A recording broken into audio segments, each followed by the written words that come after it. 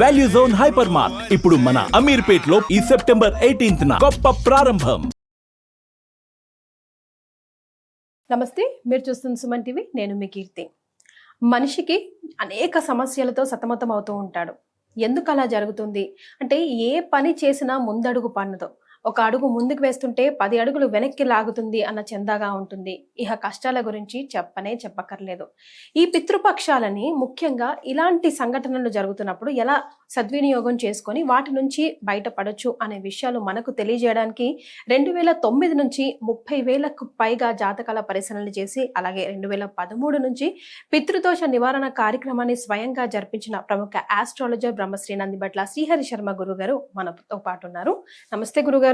వాగర్థావివ సంపృక్తౌ వాగర్థ ప్రతిపత్తయే జగతః పితరౌ వందే పార్వతీ పరమేశ్వరౌ. ఆదిత్యాయ చ సోమాయ మంగళాయ బుధాయ చ గురుశుక్రశనిభ్యశ్చ రాహవే కేతవే నమః. శృంగేరి జగద్గురు పీఠాధిపతులకి, కంచి పీఠాధిపతులకి నమస్కారములు తెలియజేసుకుంటూ కార్యక్రమాన్ని ప్రారంభిద్దాం. గురుగారు, మనిషి అంటేనే కష్టాలు అన్న చందగా నడుస్తా ఉంది జీవితం. ముఖ్యంగా ఈ కలియుగంలో చూసుకుంటుంటే, ఇందాక నేను చెప్పినట్టుగా ఒక్క అడుగు ముందుకు వేద్దామంటే 10 అడుగులు కష్టాల రూపంలో వెనక్కి లాగుతా ఉన్నాయి. సో ఎందుకు ఇలా జరుగుతుంది? పితృ కార్యక్రమాలు అన్నట్టు, అలాగే పితృ రోజులు అంటూ ఉన్నాం కదా, మరి ఈ రోజుల్ని ఎలా సద్వినియోగం చేసుకుంటే మనుషులు కాస్తైనా బయటపడతారు అంటారు? మీరన్న మాట చాలా వాస్తవం. కారణం ఏంటంటే, ప్రస్తుతం ఉన్నటువంటి సమాజంలో సమస్య లేని మానవుడి జీవితం అంటూ లేదు. ప్రతిరోజు ఏదో ఒక సమస్యతోనే సతమతం అవుతున్నాడు. కామన్ అయిపోయింది. సమస్యలు లేకుండా సంతోషంగా ఈ రోజు నేను ఉన్నాను అని వేళ్ల మీద లెక్క పెట్టవచ్చు. మరి ఈ సమస్యలు అలవాటు అయిపోయింది మనకు. వాస్తవానికి అదే జీవితం అన్న చందగా నడుస్తుంది. జీవితం అంటేనే మనిషి బ్రతుకే సమస్య. కానీ ఈ సమస్యలతో పోరాడి గెలవాలి తప్ప ఓడిపోయామనేటువంటి బాధ మనకు కలగకుండా ఉండకూడదు. మానవ నైజమే కాదది. కాబట్టి ప్రతి సమస్యని ఎదుర్కోగలిగే సామర్థ్యం రావాలి ప్రతి మనిషికి కూడా. అది ఎలా సంభవిస్తుంది? Right attitude, right thinking, right implementation, right projection, right planning, మీరు అన్నట్టు రైట్ అప్రోచ్, ఇవన్నీ పాజిటివ్లో ఉండాలి. ఇందులో ఏదో ఒక్కటి మిస్ అయినా కానీ మానవుడు చాలా మటుకు రాంగ్ డైరెక్షన్లో వెళ్ళిపోతాడు. ఇది మిస్ అవ్వకుండా ఉండాలి అని అంటే మనకు దేవతా అనుగ్రహము కావాలి. దేవతలంటే మనం పూజించే బ్రహ్మ, విష్ణు, మహేశ్వరులు, దుర్గాదేవి ఇలా కాదమ్మా. దేవతలు అనంటే గుర్తుపెట్టుకోవాలి, వీక్షించేటువంటి సుమన్ టీవీ ప్రేక్షకులు కూడా, మానవ లోకానికి సంబంధించి మనుష్యులని మానవ జన్మ ఎత్తిన తర్వాత ఆ మానవ జన్మని ఉద్ధరించే వాళ్ళు మాత్రం కేవలం పితృదేవతలే. ఇది గుర్తుపెట్టుకోవాలి. మీరు ఎప్పుడు అంటుంటారు, మనకు ఏమంటారు, చేతిలో సంకలో పిల్లిని పెట్టుకొని ఊరంతా తిరిగినట్టు, చేతిలో సిద్ధన్నాన్ని పెట్టుకొని అన్నం కోసం ఎదురు చూసినట్టు. ఇది కదా తెలుసుకోవాల్సినటువంటిది. గుర్తుపెట్టుకోవాలమ్మా, మానవుడి జీవితాన్ని, మనుష్యుణ్ణి జీవితంలో వాడికి ఏం కావాలని చూసి పెట్టుకునేదంతా పితృదేవతలే. ఈ పితృదేవతలు ఎవరు? వసు, రుద్ర, ఆదిత్య రూపంలో ఉంటారు. వసు అంటే ఇప్పుడు నాన్నగారు చనిపోయారు అనుకోండి, వాళ్ళు వసు రూపంలో, వసు గణంలో చేరుతారు. తాతగారు చనిపోయారు, ఏమవుతుంది? రుద్రగణంలో చేరుతారు. ముత్తాతగారు ఆదిత్య గణంలో ఉంటారు. ఈ 3 వ్యవస్థలు ఎల్లప్పుడూ ఈ మానవ లోకాన్ని కనిపెట్టుకొని కాపాడుతూ ఉంటుంటాయి మానవులని. కాబట్టి ఈ 3 వ్యవస్థల్ని ఎప్పుడైతే సంతోష పెడుతుంటామో మనకు అన్ని విధాలుగా మనకు యోగాలు, భోగాలు, సుఖములు, సంతోషాలు సకాలానికి అన్ని జరిగిపోతుంటాయి. ఈ రోజుల్లో సకాలానికి అన్ని జరుగుతున్నాయా? అసలు ఉన్న తల్లిదండ్రులనే, భూమి మీద ఉన్న వాళ్ళనే లెక్క చేస్తున్నారా గురుగారు? లేని వాళ్ళకి ఇంకా పిండ ప్రదానం తర్వాత సంగతి. అనుభవిస్తున్నా కూడా తెలుసుకోవట్లేదు. పిండ ప్రదానం అనేది ఒక సెక్షన్. ఇప్పుడు చాలా మటుకు సమస్యలు ఎదుర్కొంటున్నారు అంటే వాటికి ప్రధానమైనటువంటి కారణం పితృదోషం. ఎలా సంప్రాప్తం అవుతుంది, ఎలా తెలుసుకోవాలి అనే విషయం గురించి పూర్తిగా తెలుసుకుందాం. అయితే ఇప్పుడు మీరు అడిగినందుకు ఈ యొక్క పితృపక్షాలు, పితృదేవతల్ని ఆరాధన చేయడానికి చాలా అనువైనటువంటి కాలం. ఇది మిస్ అయ్యామా మళ్ళీ వచ్చే సంవత్సరం వరకు మనం ఎదురు చూడక తప్పదు. మిగతా అమావాస్య తిథిలో మిగతావన్నీ పితృదోష నివారణకి బాగుంటాయి. పితృదోషము వేరు, పిండ ప్రదానం వేరు. ఇది తేడా తెలుసుకోవాలి. అయితే ఇక్కడ గమనించాల్సినటువంటి అంశం ఏంటంటే, ఇంతకుముందు చెప్పినట్టుగా సమస్య లేని మానవుడు అంటూ లేడు.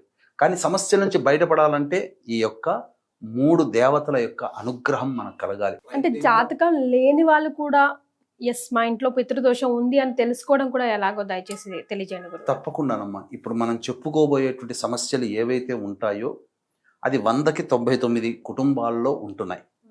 కాబట్టి అందరికీ పితృదోషము ఉన్నట్టే లెక్క. కాబట్టి నా అనుభవంలో 2013 నుంచి వేల సంఖ్యలో ప్రతి నెల పితృదోష నివారణ కార్యక్రమాలు అనేటివి జరిపిస్తూ వస్తున్నాం.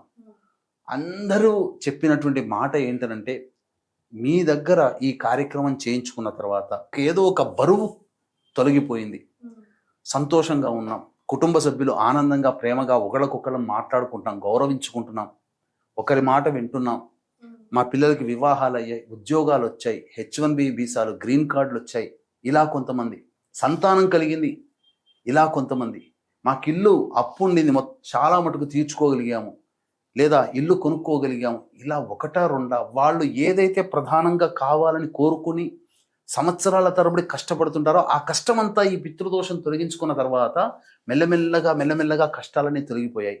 అయితే చాలామంది చేస్తున్నటువంటి మిస్టేక్లు ఏంటనంటే, అసలు ఈ పితృదోషం అంటే ఏంటి తెలుసుకోకుండానే, ఈ పితృదోషము అనేటువంటిది ఎక్కడ సరిగ్గా చేయించగలుగుతున్నారని తెలుసుకోకుండానే ఏదో కొంతమంది ప్రలోభాలకి గురవుతున్నారు. ఇప్పుడు ఉదాహరణకు చెప్తానమ్మా. ఇప్పుడు చాలామంది బయట ఏం చేస్తున్నారంటే, ఈ పితృదోషం ఎలా ఉంటుందనంటే కొన్ని నక్షత్రాల్లో పుడితే పితృదోషం అని చెప్తున్నారు. వాస్తవానికి నక్షత్ర జనన దోషం ఉంటుంది. కొన్ని దుష్ట నక్షత్రాలలో జన్మిస్తే, ఉదాహరణకి భరణి నక్షత్రము, కృత్తికా నక్షత్రము, మూలా నక్షత్రము, ఇలా కొన్ని నక్షత్రాలు 9 నక్షత్రాలు ఉన్నాయి, 27 నక్షత్రాలు. ఈ 9 నక్షత్రాల్లో పుడితే నక్షత్ర జనన దోషం అంతే తప్ప, ఇప్పుడు కొంతమంది ఏం చేస్తారు, ఉన్నవి 27 నక్షత్రాల్లో 19 నక్షత్రాల్లో పుడితే పితృదోషం అని చెప్పి ఎన్కాస్ట్ చేసుకుంటున్నారు, మోసం చేస్తున్నారు. అందరికీ ఉండదమ్మా. కాకపోతే ఇక్కడ మనం చెప్పుకోబోయేటువంటి లక్షణాలు కనుక ఉన్నట్లయితే అది పితృదోషంగానే గమనించాలి. ఈ పితృదోష నివారణకి మన పీఠం ఆధ్వర్యంలో ఈ నెల 19వ తారీఖు రోజున సశాస్త్రీయ విధానంగా జరిపించడం జరుగుతుంది. అంటే ఎలాంటి లక్షణాలు ఉంటే, తండ్రి లేదా భర్త వైపు 6 తరాలు, తల్లి లేదా భార్య వైపు 3 తరాలలో దుర్మరణాలు, అంటే ఎవరైనా కానీ, బాబాయిలు కానీ, పెదనాన్న పిల్లలు కానీ, ముత్తాతలో కానీ, అన్నదమ్ముల్లో కానీ, road accident, fire accident, suicide attempt, నదిలో బావిలో పడి చనిపోవడం, ఇంట్లోంచి వెళ్ళిపోవడం, లివర్ ఫెయిల్యూర్, కిడ్నీ ఫెయిల్యూర్, క్యాన్సర్తో చనిపోవడం, 60 సంవత్సరాల లోపల ఏ విధంగానైనా చనిపోయినా, కుటుంబ సభ్యులు ఒకరినొకరు గౌరవించుకోకుండా ఎప్పుడు తల్లిదండ్రులకి పిల్లలకి మధ్య ఎప్పుడు తగాదా ఉంటున్నా, తరచూ యాక్సిడెంట్స్కి గురవుతున్నా, మందులకి నయం కానీ రోగాలతో బాధపడుతున్నా, ఆడపిల్లలే సంతానంగా ఉండి పురుష సంతానం లేకపోయినా, అలాగే ఎవరి కుటుంబంలోనైతే ఇంటర్ క్యాస్ట్ ఇంటర్ రిలీజన్ మ్యారేజ్లు జరుగుతాయో, ఎవరి కుటుంబంలో పిల్లలు మేము పలానా ఇంటర్ క్యాస్ట్ ఇంటర్ రిలీజన్ వాళ్ళని చేసుకుంటామని పోరు పెడుతుంటారో, ఏ కుటుంబంలోనైతే శారీరక మానసిక లోపాలతో పిల్లలు జన్మిస్తుంటారో, ఏ కుటుంబంలోనైతే మద్యం మత్తు పదార్థాల వంటికి బానిసలై పిల్లలు కుటుంబ సభ్యులు తప్పుదోవ పడిది కారాగార వాసం అవుతుంటారు, ఇలాంటి కుటుంబాలలో పితృదోషం అనేటువంటిది ఉంటుంది. ఎవరైనా కానీ అల్పాయుష్ అంటే 60 సంవత్సరాల లోపల కుటుంబ సభ్యులు ఏ విధంగానైనా చనిపోయినా అది పితృదోషమే. అట్లాగే కరోనాతో చనిపోయినా, ఎవరైనా కానీ కుటుంబంలో స్త్రీ హత్య, గోహత్య, బ్రాహ్మణ హత్య, పిల్లిని చంపిన, ఎందుకంటే పిల్లి రాహు స్వరూపము కాబట్టి పిల్లిని చంపిన, కాలసర్పదోషంలో ఎవరైనా జన్మించిన, ఇవన్నీ పితృదోషాలే. ముఖ్యంగా ఇంట్లో కూడా తరచూ బొద్దింకల బెడద, జిల్ల పురుగుల బెడద ఎక్కువగా ఉన్నా, గోడలకి క్రాక్స్ వచ్చి ఉన్నా, నల్లాలు కొత్తవి మార్చి వారం బాగుంటాయి మళ్ళీ బొట్టుగా కారుతూ ఉన్నా, అలాగే ఎవరి చేతిలోనైతే తరచూ ఆహారం నేలపాలవుతుందో కుటుంబంలో, అటువంటి కుటుంబాల్లో, అలాగే గొప్పగా బతుకుతారు, లక్షలు కోట్లు సంపాదించి ఒక అనాలోచిత నిర్ణయం, ఆశ అత్యాశతో డబ్బులని పోగొట్టుకుంటారు. అలాగే మేము మా కోరిక కోసం తిరగని చెట్టంటూ లేదు, మొక్కని దైవం అంటూ లేదు అని చెప్పి వాపోతూ ఉండే దేవుడు లేడు అనే స్థితికి చేరుకుంటారు, ఆ కుటుంబంలో పితృదోషం ఉంటుంది. అలాగే ఇప్పుడు వీక్షించేటువంటి ప్రేక్షకుల్లో వాళ్ళతో పాటు వివాహమైనటువంటి కొన్ని కుటుంబాలు ఉంటాయి. ఆ కుటుంబాల్లో కొన్ని కుటుంబాలు జీవితంలో పైకి వస్తాయి, కొన్ని కుటుంబాలు ఎక్కడ వేసిన గొంగడ అక్కడన్నట్టుగా ఉంటుంది. అంటే ఎదుగు బొదుగు లేని జీవితాన్ని, సంసారాన్ని వెళ్ళదీస్తున్న వాళ్ళ కుటుంబాలలో పితృశాపం ఉంటుంది. పిల్లలకి సరైన ఉద్యోగాలు లేకుండా, చదివిన చదువు ఉద్యోగాలు లేకుండా వృధాగా కాలయాపన చేస్తుంటారు. నేను చేయను నాన్న, నేను ఉద్యోగం చేయను, నేను వ్యాపారం చేయను, ఇట్లాగే ఉంటా. ఇలాంటి కుటుంబాలలో, అలాగే చాలామందికి పెళ్ళిళ్ళు కాకపోవడం, పెళ్ళిళ్ళైన దాంపత్యం నిలవకపోవడం, డైవర్సులు అయ్యాయంటే కుటుంబంలో పితృశాపం ఉన్నట్టే. అలాగే అందుకనే ఇప్పుడు ప్రతి కుటుంబం 10 మంది పెళ్ళిళ్ళలో 5-6 పెళ్ళిళ్ళు డైవర్సులు అవునండి అవుతున్నాయి. గురుగారు. అందుకని నేను చెప్పింది అందుకనే 100కి 99% మందికి ఉన్నాయి. ఇది అందరూ చేయించుకోవాల్సిందే. ఇది ఏ ఒక్కరితోనో మాకు లేదని చెప్పి సంతోషపడాల్సినటువంటిది లేదు. ప్రతి ఒక్కరికి చేయించుకోవాల్సిందే.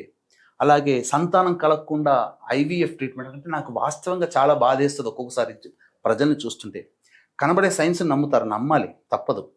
ఐవీఎఫ్ ట్రీట్మెంట్ల కోసం దాదాపు 30-40 లక్షలు ఖర్చు పెడతారమ్మా. చక్కగా చేసుకుండా మీరు చేసుకొని ఈ యొక్క పరిహారం చేసుకుంటే ఆ అటెంప్ట్లో మీకు సంతానం కలుగుతుంది అని చెప్పినా కానీ వినిపించుకోరు. ఇలాగా సంబంధించినటువంటి కుటుంబంలో దోషాలు ఉంటాయి. కాబట్టి ఈ చెప్పినటువంటి వాళ్ళందరూ కూడా జాతకాలు లేకపోయినా ఈ లక్షణాలు గనక కుటుంబంలో ఉంటే పితృశాపం.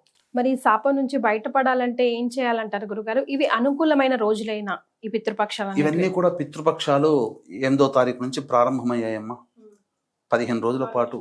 కాబట్టి అమావాస్య 21వ తారీఖు, కాబట్టి మొత్తం ఈ సంబంధించినటువంటి 21వ తారీఖు వరకు మంచిదే. కాకపోతే చాలా మంది చేసేటువంటి తప్పు ఏంటంటే పితృదోషం అనగానే గూగుల్లో వెతుక్కొని కర్ణాటకను మహారాష్ట్రను పోతుంటారు. మహారాష్ట్రలో అటువైపు ప్రాంతాలలో తాంత్రికంగా చేస్తారు, కర్ణాటకలో చేస్తారు అనుకుందాం. కర్ణాటక పోతారు మన వాళ్ళు ఎక్కువగా. పోయినప్పుడు ఒకప్పుడు చాలా శాస్త్రీయంగా చేయించేవాళ్ళు, వాళ్ళంగానే బ్రాహ్మణులు కూడా దగ్గర కూర్చోబెట్టి. ఇప్పుడు జనాల తాకిడి బాగా పెరిగిపోయింది. ఏమైపోయింది, ఫోన్లు మాట్లాడే వాళ్ళు ఒకళ్ళు, రిసీవ్ చేసుకునే వాళ్ళు ఒకళ్ళు, పూజకి దగ్గరికి పంపించే వాళ్ళు ఒకళ్ళు, పూజ దగ్గర కూర్చొని చేయించే బ్రాహ్మణులు ఒకరైపోతున్నారు. ఈ 4 సెక్షన్లు 4 మార్గాల ద్వారా మనిషి వెళ్లాల్సి వస్తుంది. వెళ్ళినప్పటికీ మాట్లాడిన వాడెవడో చేయించేవాడికి తెలియదు. ప్రధానంగా ఈ సంబంధించినటువంటి ఫోన్ కాల్ ద్వారా వెళ్ళిపోతుంటారు కదా, కాల్ సెంటర్ నుంచి. అదొక కాల్ సెంటర్ వ్యవస్థలాగా అయిపోయింది. అక్కడ దాదాపు 100 మంది చేయిస్తుంటారు. ఇప్పుడు పితృపక్షాలు చాలా ఎక్కువ మంది రావడంతో ఏమైపోతుందంటే షార్ట్ కట్లో చేస్తుంటారు, తూతూ మంత్రంగా పురాణోక్తంగా చేస్తారు. నాకు మరీ విచిత్రంగా బాధేసేది ఏంటంటే యజ్ఞోపవీతం ఉన్నటువంటి వాళ్ళని చూసినట్లయితే బ్రాహ్మలని చెప్పి బ్రాహ్మలుగా చేయిస్తున్నారు. యజ్ఞోపవీతం లేకుండా వెళుతారు, కొంతమంది ఉంటారు కదమ్మా ఇతర కులస్తులు, వాళ్ళకి పురాణోక్తంగా చేస్తున్నారు. నాకు మాత్రము పుట్టక ముందు మరణించిన తర్వాత కులమే ఉందమ్మా. పుడితేనే కదా ఆ కులంలో పుట్టాడని అనుకోవడం, చనిపోయిన తర్వాత ఆ కులానికి సంబంధించింది కాదు కదా ఆ వ్యక్తి. దేవతలు ఎవ్వరైనా దేవతలతో సమానం. దొంగ చనిపోయినా వాడు దేవతనే, పితృదేవతనే. కాబట్టి నా వ్యక్తిగతమైన అభిప్రాయం ప్రకారం చనిపోయిన వాళ్ళందరూ పితృదేవతలు, వాళ్ళకి ఒకే రకమైనటువంటి ఆరాధన జరగాలి. ఇక్కడ జరగట్లేదు. అంటే అక్కడ మన దగ్గర లేకపోయినా ఆ కర్ణాటకలో ఇప్పటికీ క్యాస్ట్ సిస్టమ్ ప్రకారమే పూజలు చేస్తున్నారు. ఆ దౌర్భాగ్యం అంతా ఎందుకు మనకు, అట్లా పోవడం ఎందుకు, సరిగ్గా తూతూ మంత్రంగా ఏదో పురాణోక్తంగా చేయించుకొని రావడం ఎందుకు? అందుకనే మన పీఠం ఆధ్వర్యంలో చక్కగా ప్రతి నెల జరుగుతున్నాయి. ఈసారి 19వ తారీఖు రోజున నేను దగ్గరుంటాను, దగ్గరుండి చక్కగా శశాస్త్రీయంగా చేయించడం జరుగుతుంది. లేకపోతే ఇప్పుడు చాలామంది ఈ 19 నక్షత్రాల్లో పుడితే పితృదోషం అని చెప్పి భయపెట్టి తీసుకుపోతున్నారు కదమ్మా, గంటన్నరలో చేసి పంపిస్తున్నారు. వాళ్ళు అదే గొప్ప అనుకుంటున్నారు. కానీ వాస్తవానికి ఈ యొక్క పూజ మొదలుపెట్టిన దగ్గర నుంచి పూర్తవ్వాలంటే కనీసం 3 నుంచి 4 గంటలు పడుతుంది. ఇది శాస్త్రీయంగా చేయించగలిగేటువంటి. కాబట్టి ఈ సంబంధించినటువంటి పితృదోష నివారణ కార్యక్రమంలో అమావాస్య మనకు ఒక పిచ్చి పట్టింది. అమావాస్య అంటేనే గొప్పగా అనుకుంటుంది. కానీ ఇప్పుడు శివరాత్రి రోజున శివాలయం, తొలి ఏకాదశుల రోజున విష్ణు దేవాలయంకి వెళితే సంతోషంగా చూస్తామా? కనురెప్ప వాల్చే లోపల పక్కకు జరిగిపోతాం మనం. అట్లాగే ఉంటుంది ఈ అమావాస్య. అందున పితృపక్షాల అమావాస్యకి పోయి చేయించుకుందామంటే భంగపడడం తప్పలేదు. వాళ్ళు చాలా షార్ట్ కట్గా చేయిస్తారు, సంతృప్తిగా ఉండదు. అందుకనే త్రయోదశి తిథి పితృదేవతలకి వాళ్ళకంటూ ఒక నక్షత్రం ఉంది. 27 నక్షత్రాల్లో మఖా నక్షత్రం. ఆ రోజున 19వ తారీఖు రోజున మన పీఠం ఆధ్వర్యంలో జరుగుతుంది. అవకాశం ఉంటే ఎవరైనా కానీ కార్యక్రమ తదనంతరం కాంటాక్ట్ చేసి పూర్తి వివరాలు తెలుసుకోవచ్చు, కార్యక్రమంలో పాల్గొనవచ్చు. కాకపోతే ఆల్రెడీ దాదాపుగా 23 సీట్లు ఫిలప్ అయిపోయినాయి. 30-32 మంది కంటే ఎక్కువగా చేయించే అవకాశం ఉండదు. ఎందుకంటే ఇక్కడ సీట్ల కన్నా కానీ పూజలమ్మ. ఎందుకనంటే చాలా మందిని తీసుకుపోయి అభాసుపాలు అవ్వడం కంటే ఒక 30-35 పూజల వరకు చాలు, అంతవరకు తృప్తి. చక్కగా ప్రశాంతంగా చేయించగలుగుతాం. ఎక్కువ 100 మందిని తీసుకుపోయి చేయించాలనే కోరిక నాకేమాత్రం లేదు. 30 లేదా 35 మందిని తీసుకొని వెళితే నాకు పొద్దున్న నుంచి మొదలు పెడితే సాయంత్రం లోపల ఈ 35 మందికి నేను చేయించగలుగుతాను. ఇది సశాస్త్రీయంగా జరుగుతుంది. 100 మందిని తీసుకుపోతే అభాసు పాలవ్వడం, వాళ్ళకి నేను మాట ఇవ్వలేను. అందుకనే 35 మందికి అవకాశం, ఆల్రెడీ 23 మందికి ఆల్రెడీ మనకి ఎప్పుడు చేస్తున్నాం కాబట్టి బుక్ అయిపోయారు. అతి కొద్ది మంది మాత్రమే అవకాశం ఉంది. ఇక్కడ సీట్ల కంటే రావడం ఎలాగైనా రావచ్చు, ఫ్లైట్ రావచ్చు, కార్లో రావచ్చు, ఎలాగైనా రావచ్చు, బస్సులో రావచ్చు. కానీ అక్కడ పూజలు ఉండాలి కదా, అందున పితృపక్షాలు కాబట్టి పూజలు చేయించుకునే వాళ్ళ సంఖ్య తక్కువగా ఉంటుంది. కాబట్టి అవకాశం ఉంటే మీరు చేయించుకోదలిస్తే, సశాస్త్రీయంగా కావాలి, నాతో పాటు నా ద్వారానే చేయించుకోవాలని అనుకుంటే మీరు ఈ కార్యక్రమం చూసిన తర్వాత మీరు గోత్రనామాలు రిజిస్టర్ చేసుకుంటే సరిపోతుంది. గురుగారు, మరి అసలు అంటూ ఎవరు చేయించుకోవాలి? ఇంట్లో అసలు భర్త లేకపోతే ఏంటి పరిస్థితి, కొడుకు లేకపోతే ఏంటి పరిస్థితి, ఎవరి చేత చేయించుకోవాలి, ఫారిన్ కంట్రీస్ లో ఉన్న వాళ్ళు ఎప్పుడు ఎలా చేయించుకోవాలి, ఇలాంటి కొన్ని రెగ్యులర్ సందేహాలు ఉంటాయి కదా, దయచేసి వాటన్నిటిని నివృత్తి చేయండి. అనారోగ్యంతో ఉన్న వాళ్ళు రాలేకపోవచ్చు, బిజీ స్కెడ్యూల్లో ఉన్న వాళ్ళు రాలేకపోవచ్చు, విదేశాల్లో ఉన్న వాళ్ళు చిన్న పరిహారం కోసం అంత ఖర్చు పెట్టుకొని రాలేకపోవచ్చు. అలాగే ఈ సంబంధించినటువంటి ఆడపిల్లలే సంతానం ఉంటారు, వాళ్ళు చేయలేరు. అలాగే భార్యకి చేయాలని ఉంటుంది, భర్తకి చేయకూడదని అని అనిపిస్తుంది.